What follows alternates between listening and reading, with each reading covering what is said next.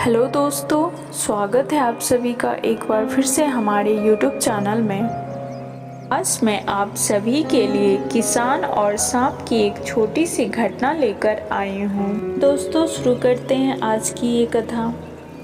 एक गांव में एक किसान रहता था।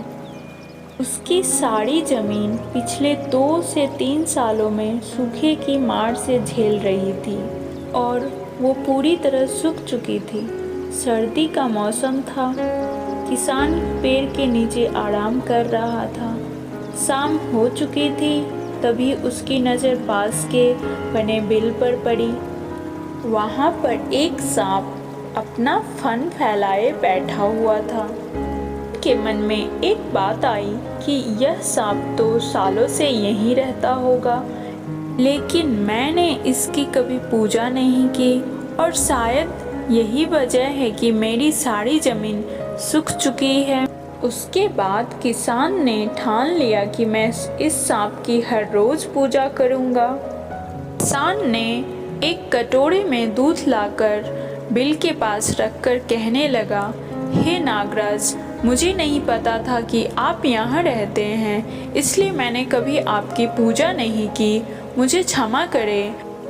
फिर वहाँ से किसान सोने के लिए चला गया। किसान सुबह उठा तो उसने देखा उस दूध के कटोरे में कुछ चमक रहा था। जाकर देखा तो वह एक सोने का सिक्का था। अब तो यह रोज का सिलसिला हो गया था। किसान रोज सांप को दूध पिलाता और उसे सुबह एक सोने का सिक्का मिलता। एक दिन की बात है, किसान को किसी काम से दूसरे गांव जाना पड़ा तो उसने अपने बेटे को रोज सांप को दूध पिलाने के लिए कहा। किसान के बेटे ने वैसा ही किया। अगली सुबह उसे भी सोने का सिक्का मिला। उसके बेटे ने सोचा कि यह सांप तो बड़ा कंजूस है, जरूर इसके बिल में बहुत से सोने के सिक्के होंगे, लेकिन यह तो बस रोज एक ही सिक्का देता है। अगर मैं इसको मार दूं तो मुझे सारा का सारा सिक्का मिल जाएगा। अगली शाम लड़का जब दूध देने गया तो उसने सांप को देखते ही उस पर छड़ी से वार किया, जिससे सांप ने एक विकराल रूप धारण कर लिया और उसे डस लिया। जख्मी सांप उसके बाद अपने बिल में चला गया। किसान के रिश्तेदारों ने उसके बेटे का अंतिम संस्कार कर दिया। जब किसान वापस घर लौटा तो अपने बेटे की मृत्यु की खबर सुनकर बहुत दुखी हुआ।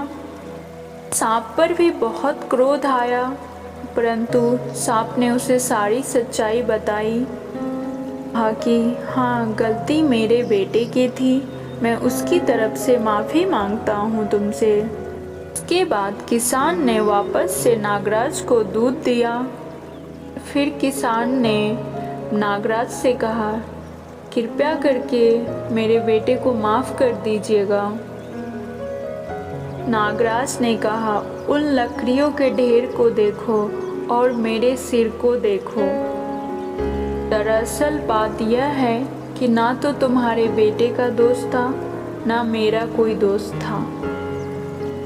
परिस्थिति ऐसी बन गई थी जिस वजह से यह सब हो गया, और यह एक भाग्य का ही खेल था, क्योंकि भाग्य के आगे हम सभी मजबूर हैं। इस कहानी से यही शिक्षा मिलती है कि यह सच है कि भाग्य अपना खेल खेलता है, लेकिन हमारे कर्म भी मायने रखते हैं।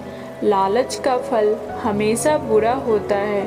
कभी भी लालच में आकर ऐसा काम नहीं करना चाहिए जिससे दूसरों का हानि पहुँचे और लेने के देने पड़ जाएं। तो दोस्तों, ये थी आज की नागराज और किसान की कहानी। अगर आप सभी को ये वीडियो अच्छा लगे तो इसे ज़्यादा से ज़्यादा शेयर करें और चैनल को सब्सक्राइब करें।